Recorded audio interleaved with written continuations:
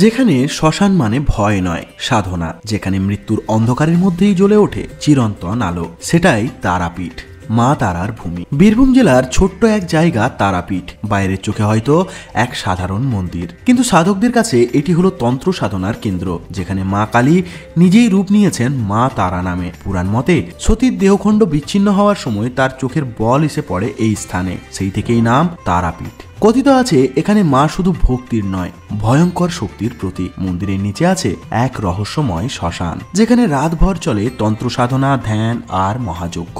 এখানেই সাধক বামাখ্যাপা মা তারার দর্শন পান। তিনি বলতেন, মা আমার সঙ্গে কথা বলেন, আমি মায়ের সঙ্গে খাই। তারাপীঠের মা তারার রূপ অন্য সব কালীমূর্তির থেকে আলাদা। মা এখানে নীলবর্ণা, শিশুর দুধ পান করানো অবস্থায়, একদিকে ভয়ঙ্কর আবার অন্যদিকে মাতৃত্বের অসীম রূপ। প্রতি বছর হাজার হাজার মানুষ আসেন এখানে পাপ মোচনের আশায়, আর কেউ কেউ আসেন নিঃশব্দে নিজের ভয়, ব্যথা আর আকাঙ্ক্ষা মায়ের পায়ে রেখে আসতে। যারা তারাপীঠে একবার গিয়েছেন তারা জানেন, এই মন্দিরে প্রবেশ করলেই মনে হয় সময় থেমে গেছে। মা তারা যেন নিজেই ফিসফিসিয়ে বলেন, ভয় করিস না, আমি আছি।